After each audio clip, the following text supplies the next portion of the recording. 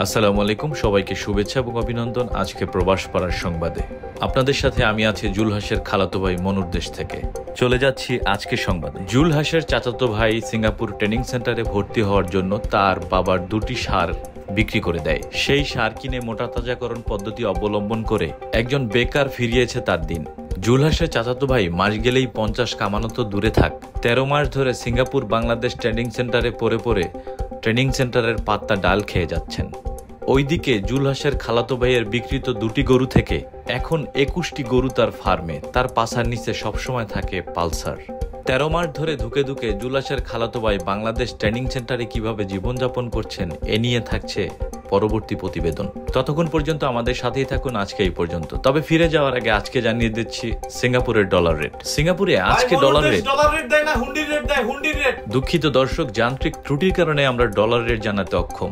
হুন্ডি থেকে দূরে থাকুন, ভালো থাকুন, সুস্থ থাকুন। ধন্যবাদ।